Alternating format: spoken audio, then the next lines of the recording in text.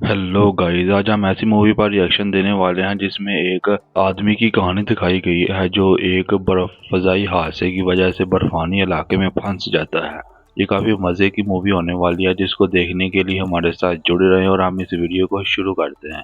उससे पहले मैं आपको ये बता दूं कि इस चैनल पर आपको एक्सप्लेनेशन मूवी पर रिएक्शन मिलेगा, जिसको देखने के लिए इस चैनल को सब्सक्राइब करें ताकि हर आने वाली वीडियो आप तक सबसे पहले पहुंचे। शुक्रिया। इस वीडियो को शुरू करते हैं।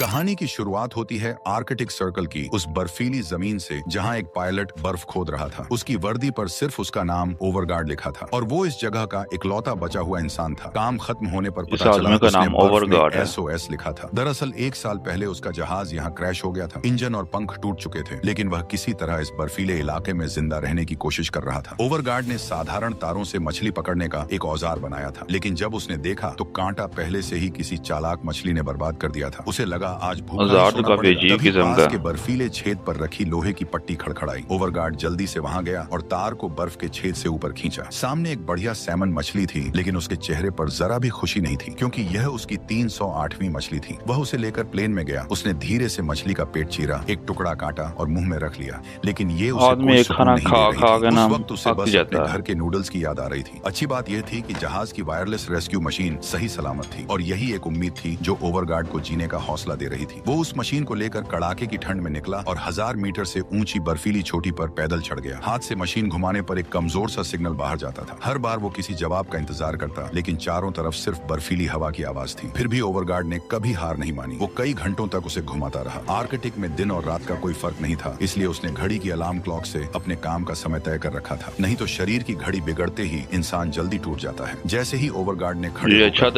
बर्फीले मैदान को देखा तो उसकी आंखें तुरंत नम हो गईं। वह अकेले कहीं निकल जाने की हिम्मत भी नहीं कर सकता था। बस वहीं रुककर इंतजार करना था और यह नहीं पता था कि यह इंतजार कब तक चलेगा। एक रात के आराम के बाद उसमें काफी ताकत वापस आई। वो फिर से जोर लगाकर बर्फ खोदने लगा। वह उन अक्षरों को एकदम साफ रखना चाहता था। पूरी सुबह मेहनत करने के बाद अलार्म बजी। अब खाने का वक्त था। ओवरगार्ड ने सामान उठाया और पास पड़े जहाज के मलबे की तरफ चल पड़ा। वापस आकर उसने बर्फ के छेद के पास देखा, तभी नजर पास रखे स्टोरेज बॉक्स पर पड़ी। वो टूटा हुआ था। अंदर झांका तो बस कुछ मछलियों के टुकड़े बचे थे। तुरंत उसका दिल बैठ गया और जब नीचे देखा तो जमीन पर एक बहुत बड़ा पंजे का निशान था, जो साफ तौर पर किसी बड़े जानवर का था। ओवरगार्ड फौरन नजर घुमाई और जब लगा कि सब ठीक है, भागते हुए जहाज के मलबे के अंदर घुसा। उसने दरवाजा बंद किया और बैठ गया। सांसें फूली हुई थी। उसे उस छोटी सी जगह में उसे थोड़ा सुकून मिला। थोड़ी देर बाद खतरे के बावजूद ओवरगार्ड फिर पहाड़ की चोटी पर पहुंचा। सिग्नल भेजते हुए उसकी नजरें चारों तरफ घूमती रहीं, लेकिन जब वो वापस जाने लगा तभी दूर बर्फ में एक सफेद पोलर बेयर दिखा, लेकिन अभी वह काफी दूर था। उस खतरे के साए में एक और रात गुजरी। अगले दिन वह जल्दी पहाड़ पर चढ़ गया और सिग्नल भेजने लगा। आसमान में घने काले बादल आ गए और तेज हवा चलने लगी, लेकिन अभी भी कोई जवाब नहीं आया। ओवरगार्ड निराश होकर उठने लगा। तभी मशीन की हरी बत्ती एक पल के लिए जली। वो तुरंत रुक गया। उसे अपनी आंखों पर यकीन नहीं हुआ। उसने तेजी से मशीन घुमाना शुरू किया और हरी बत्ती बार बार झपकने लगी। इसका मतलब था कि पास में कोई रिसीविंग डिवाइस जरूर था। तभी दूर एक हेलीकॉप्टर नजर आया। ओवरगार्ड ने फौरन सिग्नल स्टिक निकाली और जोर जोर से हिलाने लगा। आखिरकार पायलट की नजर उस पर पड़ी। हेलीकॉप्टर धीरे धीरे उसकी तरफ आने लगा। ओवरगार्ड ने खुशी से अपने दोनों हाथ ऊपर उठाए। 1 साल की मुश्किल जिंदगी के बाद अब वह काफी खूबसूरत मौका, लेकिन जैसा चाहा वैसा नहीं हुआ। तूफान और तेज हो गया। तेज हवा से हेलीकॉप्टर का बैलेंस बिगड़ने लगा। फिर एक और तेज हवा का झोंका आया और हेलीकॉप्टर हवा में काबू खोकर सीधे नीचे जा गिरा। ये देखकर ओवरगार्ड वहीं सन्न रह गया। मैंने तो कहा खूबसूरत होगा, लेकिन ये काफी खतरनाक मौका। जैसे भगवान उसके साथ मजाक कर रहे हो। अभी अभी जो उम्मीद जगी थी वो पल भर में फिर से टूट गई। ओवरगार्ड ने किसी तरह खुद को संभाला और उस जगह की तरफ दौड़ पड़ा जहाँ हेलीकॉप्टर गिरा था। उसने जोर लगाकर टेढ़ा हुआ दरवाजा खोला तो देखा कि दोनों पायलट बेहोश पड़े थे। उसने पहले मेल पायलट को बाहर खींचा, लेकिन वह पहले ही मर चुका था। उसने उसे तुरंत बाहर निकालकर फेंक दिया। अच्छी बात यह थी कि फीमेल पायलट की सांसें अभी भी चल रही थीं, हालांकि उसके पेट में गहरी चोट लगी थी। ओवरगार्ड ने हेलीकॉप्टर की स्टोरेज से मेडिकल किट निकाली। पहले नेल गन से महिला का जख्म बंद किया और फिर पट्टी से खून रोकने की कोशिश की। बाहर बर्फीला तूफान तेज होता जा रहा था। ओवरगार्ड ने हेलीकॉप्टर के दरवाजे बंद किए और उस रात महिला के पास ही रहा। अगली सुबह उठा तो तूफान थम चुका था। उसने हाथ के मोजे उतारकर महिला की सांसें देखी। धड़कन चल रही थी, थी और सांसें भी ठीक ठाक थीं। उसने अपना मफलर उतारकर महिला को उड़ा दिया। फिर वो हेलीकॉप्टर में काम की चीजें ढूंढने लगा। जल्द ही उसे एक बर्फ काटने वाला चाकू मिला। ये बर्फ तोड़ने के बेहद काम का था। साथ ही 2 सिग्नल स्टिक और एक डिटेल्ड सैटेलाइट मैप भी मिला। लेकिन उसे सबसे ज्यादा खुशी हुई एक इंस्टेंट नूडल्स के डिब्बे को देखकर। उसने फौरन पैकेट फाड़ा और नूडल्स निकाले, 2-3 कौर खाए और ये इसकी दिली तमन्ना है। करीब 1 साल में यह उसके लिए सबसे अच्छा खाना था। इसके बाद उसने हेलीकॉप्टर की बॉडी पर रेस्क्यू मैसेज लिखा और उसका दरवाजा उखाड़कर महिला को उस पर लिटाने के लिए स्लेज की तरह इस्तेमाल किया। महिला को अच्छे से बांधा और खींचते हुए अपने जहाज के मलबे तक ले आया। महिला को वहां ठीक से रखने के बाद वो वापस क्रैश साइट पर गया। पहले मेल पायलट को बर्फ में दफनाया और फिर बाकी सामान ढूंढने लगा। किस्मत से उसे एक छोटा गैस स्टोव मिला और पायलट की जेब में एक लाइटर भी। ओवरगार्ड खुश हो गया। उसने 1 साल बाद पहली बार आग देखी थी। फिर एक तस्वीर भी मिली। उसे देखकर वो कुछ देर चुप रहा और चुपचाप जेब में रख ली। जब वो वापस जाने लगा तब हेलीकॉप्टर की बूट में एक साबुत स्नोबोर्ड मिली। इतनी एक के बाद एक अच्छी चीजें मिलते देख ओवरगार्ड हंस पड़ा। फिर स्नोबोर्ड पर सारा सामान लादा और कुछ तो अच्छा सामान मिला वापस इनके आकर लिए। उसने वो तस्वीर खिड़की पर रखी और उसका जख्म देखा।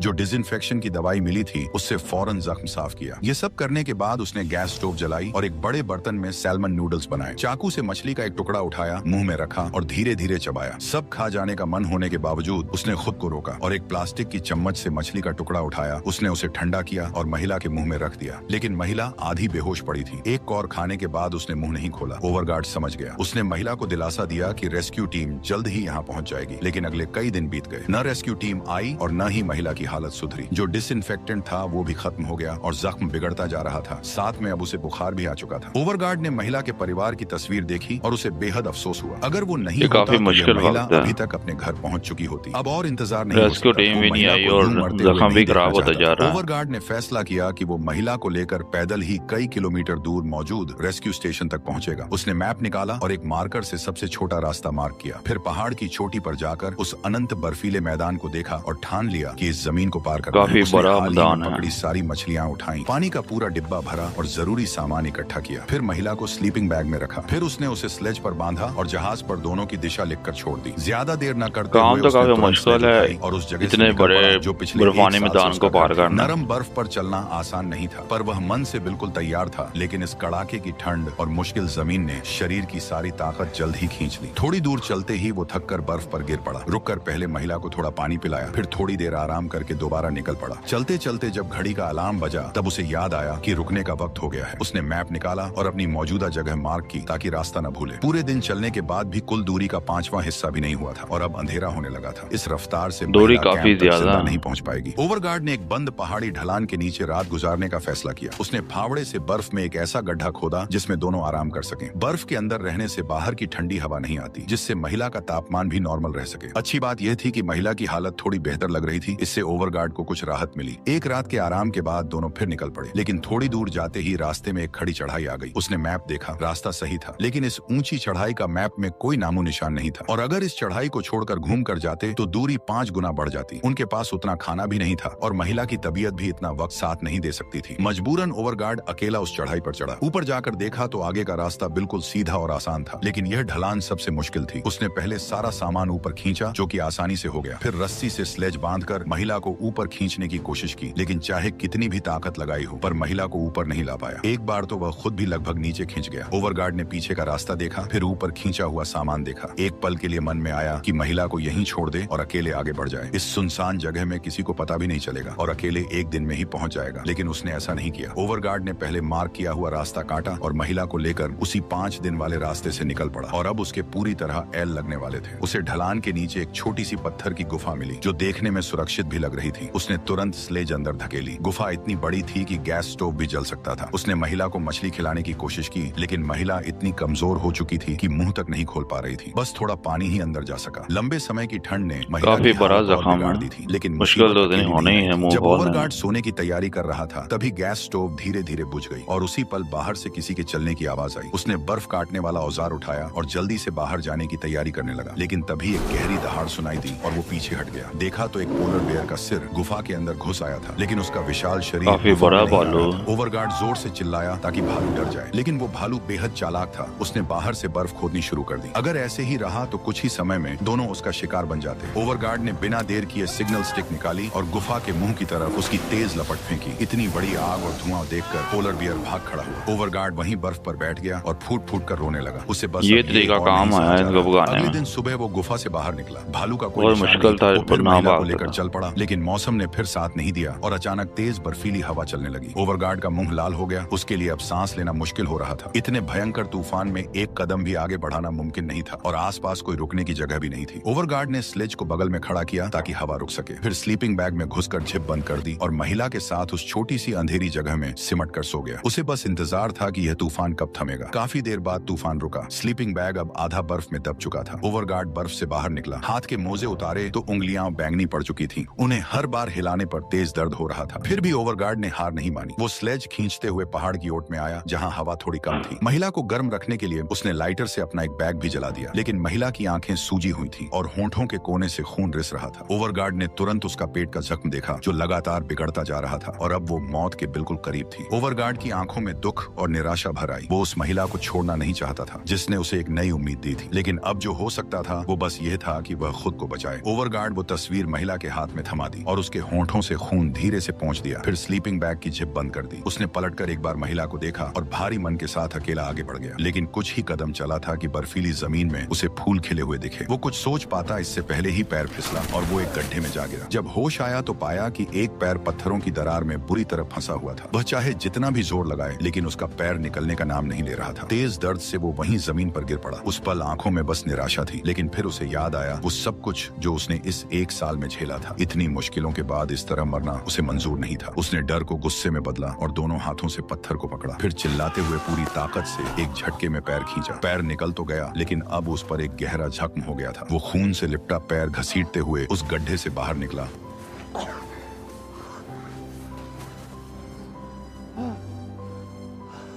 और लड़खड़ाते हुए वापस महिला के पास पहुंचा। उसका मन था कि स्लीपिंग बैग खोलकर महिला के साथ वह भी यहीं मर जाए, लेकिन किस्मत ने एक बार फिर चौंका दिया। महिला की आंखें खुली थीं और उसने ओवरगार्ड को देखकर इशारा किया। ओवरगार्ड का रोना फूट पड़ा। वो उसे छोड़कर जाने के लिए बार बार माफी मांगता रहा, लेकिन महिला ने उससे कोई नफरत नहीं जताई। उसकी जगह कोई भी शायद यही करता। महिला के जागने ने ओवरगार्ड में फिर से जीने की ताकत भर दी थी। उसने अपने जख्म पर बर्फ बांधी ताकि दर्द कम हो सके और फिर काफी बुरा जख्म से आया। दोनों आगे बढ़ने लगे। काफी देर बाद महिला को खांसी चलने लगी। ओवरगार्ड रुका और बचा हुआ जख्म के होते इतना दूर चलना काफी मुश्किल काम चुका था। यहाँ तक कि खुद की प्यास बुझाने के लिए उसने मुट्ठी भर बर्फ मुंह में डाल ली। वह लड़खड़ाते हुए एक पहाड़ी ढलान तक पहुंचा और ओवरगार्ड वहीं गिर पड़ा। थोड़ी देर लेटा रहा, फिर सारा सामान वहीं छोड़ दिया। अब बस यह एक आखिरी ढलान पार करनी थी। उसके बाद सब भगवान भरोसे था। उसने जैसे तैसे अपनी आखिरी ताकत जोड़ी और ढलान पर चढ़ना शुरू किया। ऊपर पहुंचते ही दूर एक हेलीकॉप्टर उतरता दिखा। अब सोचने का वक्त नहीं था। उसने तुरंत महिला को ऊपर धकेला। जेब से वह आखिरी सिग्नल स्टिक निकाली